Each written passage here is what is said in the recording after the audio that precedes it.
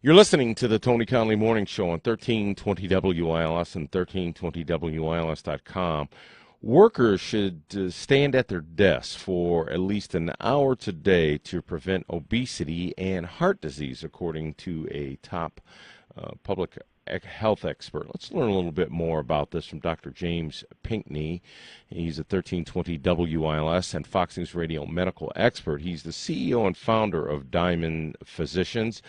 Dr. James, how are you, sir? I'm doing well. Good morning. Tell us about this new report. A recent study found that if the average American reduced his or her sitting time to 3 hours per day, life expectancy would climb by 2 years.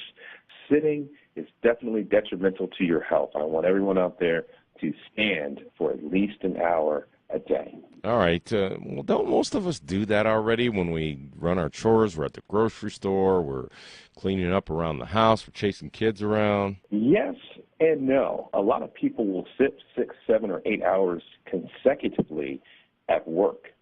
So I want people to definitely, when they're having a sedentary lifestyle, to make sure they're taking breaks in between those prolonged sitting periods. And that's really the key here, is the lack of physical activity and prolonged sitting times will increase your risk for diabetes, cardiovascular disease, and even cancer.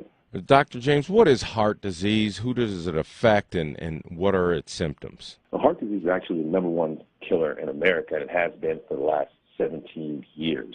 Heart disease can be defined as thickening of the arteries or cholesterol plaques found in the arterial walls. High blood pressure can contribute to heart disease. There's several different factors.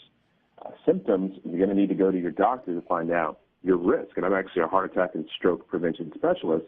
So at Diamond, we have a very thorough physical exam that allows someone to assess exactly how their chances of having a heart attack or stroke. So we'll measure inflammatory markers. One of the ones that we measure is C-reactive protein, or CRP.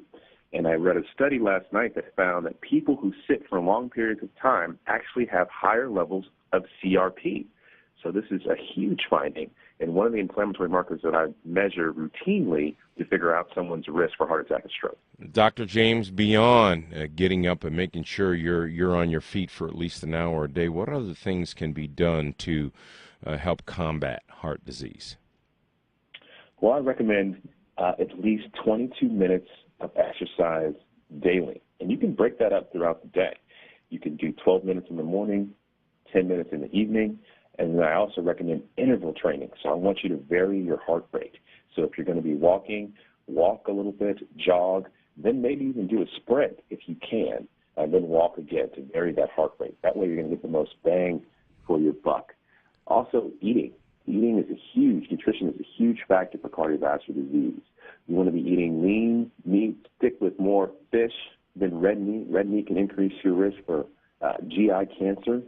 You're also going to add a lot of fruits and vegetables to the diet and stay away from high fructose corn syrup, refined foods, processed foods, and carbohydrates. You really want to stick to multi-grain, complex carbohydrates, fruits and vegetables. We've been talking with Dr. James Pinkney, who's a 1320 WILS and Fox News Radio medical expert. Dr. James, thanks so much. Oh, thank you for having me on. And thank you for listening to the Tony Conley Morning Show and more compelling talk radio, 1320 WILS and 1320WILS.com.